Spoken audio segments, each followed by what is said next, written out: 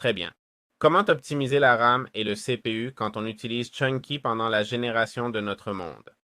La vitesse de Chunky dans Minecraft dépend principalement du matériel, surtout du processeur. Pour stabiliser, il est recommandé d'allouer au moins 12 à 16 gigaoctets de RAM si vous pré-générez sérieusement, car c'est une tâche très gourmande en mémoire.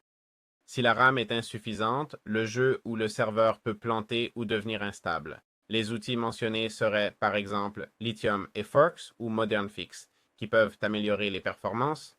Il y a aussi Ferrite Core ou Modern Fix, qui peuvent réduire l'utilisation de la RAM, mais il reste conseillé d'allouer le nécessaire. Une bonne pratique est aussi de pré-générer avant que les joueurs n'entrent sur le serveur, d'accord? C'est généralement plus rapide et évite que les joueurs soient affectés, car un serveur, évidemment, plus il y a de monde, pire c'est. Ou plutôt, plus de ressources seront nécessaires. Et si on demande un surplus de consommation, eh bien, je ne vous le dis même pas, d'accord? Aussi, si on a des plugins de cartes, on peut les désactiver pendant la pré-génération ou éviter de lancer plusieurs dimensions si vous manquez de CPU RAM, d'accord? C'est-à-dire d'abord l'Overworld, puis le Nether et enfin l'End. Donc voilà ce que je peux vous dire et surtout, ayez de la patience, d'accord?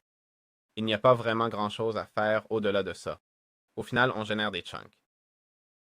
Évidemment, si vous générez des chunks, ne dites pas si j'enlève tous les mods, ça ira mieux. Car si vous retirez les mods, ils seront générés sans chunks, sans les structures ou coffres que vous voulez, etc. D'accord? Donc voilà, il faut être patient.